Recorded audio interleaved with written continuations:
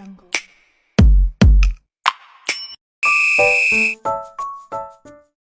Etika secara etimologi berasal dari bahasa Yunani kuno, yaitu ethos, yang dalam bentuk tunggal mempunyai banyak arti, yaitu tempat tinggal yang biasa, padang rumput, kandang, dan habitat.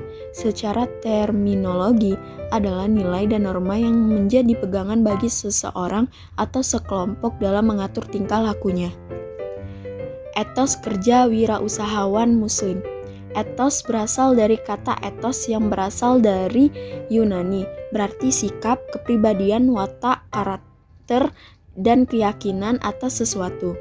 Etos bisa dimiliki oleh individu dan juga masyarakat yang dibentuk oleh suatu kebiasaan, sistem, budaya, pengaruh, dan nilai-nilai yang diyakini. Integritas dan kompetensi sebagai sikap dasar wirausahawan. Kinerja wirausahawan. 1. Hafiz adalah menjaga integritas. 2. Alim adalah menjaga kompetensi.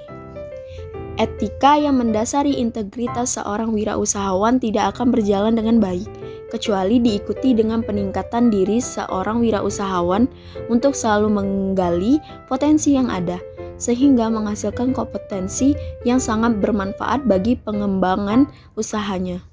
5. Aspek dasar penjagaan ketahanan usaha. Pertama, penjagaan aspek manajemen. Bahasan terkait manajemen produk atau jasa tidak hanya berkisar pada aspek pemasaran saja, akan tetapi hal lain yang juga mendukung aspek pemasaran bisa dikembangkan pada peningkatan inovasi, memperbarui produk, dan menerapkan modal sosial berupa jaringan dalam bisnis. 2. Penjagaan sistem akuntansi. Kurniawati, Nugroho, dan Arifin 2012 dan Fauzia 2015 menjelaskan bahwa masih banyak UMKM yang belum menerapkan akuntansi dalam hal laporan persediaan menjalankan UKMK penjualan, biaya sudah usahanya. 3. Integritas yang tinggi. Integritas yang tinggi dengan menjaga amanah, kepercayaan, maslahah, kemaslahatan, taradin, kerelaan dari semua pelanggan dan mitra bisnisnya. Integritas akan selalu diikuti oleh kompetensi. 4. Penggunaan struktur modal dengan tepat. Kurangnya modal adalah alasan yang klise karena sering dikeluhkan oleh para pengusaha, dimanapun mereka berada. Solusi atas kekurangan modal yang ada adalah banyaknya tawaran, kredit, dan pembiayaan yang berorientasi pada usaha rakyat. 5. Penjagaan dari unsur kecurangan atau gizi. Timbulnya kecurangan dalam suatu bisnis bisa jadi merupakan satu bentuk penipuan yang dilakukan oleh pihak internal ataupun eksternal. Dari usaha yang ada, kecurangan ini bisa diantisipasi dengan penerapan teknologi informasi. Kecurangan merupakan satu sikap wan prestasi karena hilangnya kejujuran, kebaikan, dan perampasan hak orang lain. Etika dasar wirausahawan. Yang pertama, jujur dan amanah. Yang kedua, disiplin. Yang ketiga, bertanggung jawab. Yang keempat, syukur. Integritas sangat dibutuhkan dalam bisnis ketika menilik etika bisnis dalam Islam.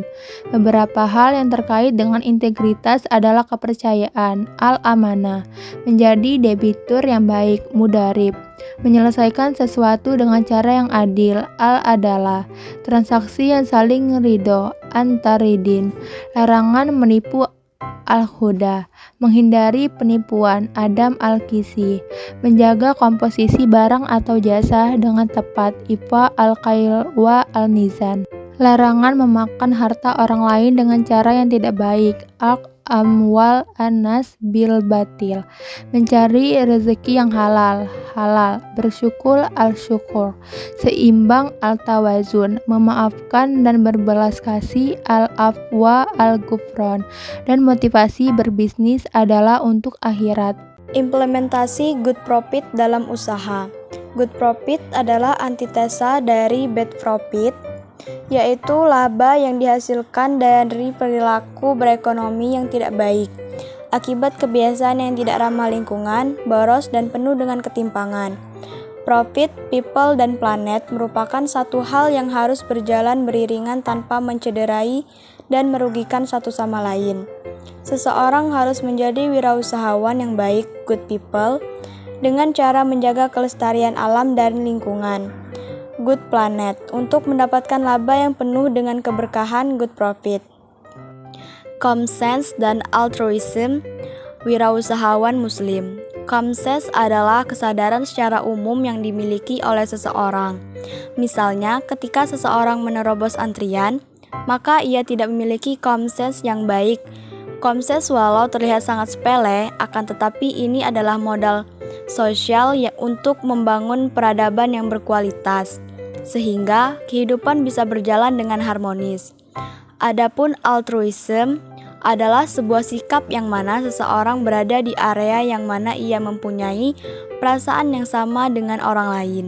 Misalnya, ketika ia merasakan bahwa dibohongi itu menyakitkan, maka ia tidak akan membohongi orang lain karena ia tidak mau orang lain merasakan hal tersebut.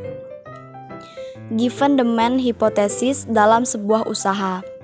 Given demand hypothesis adalah sebuah asumsi yang menyatakan bahwa produsen haruslah selalu merespon permintaan pasar. Permintaan pasar memang sejatinya awal dari titik terang sebuah usaha. Karena jika permintaan tinggi, maka peluang produk untuk laku keras sudah ada di depan mata.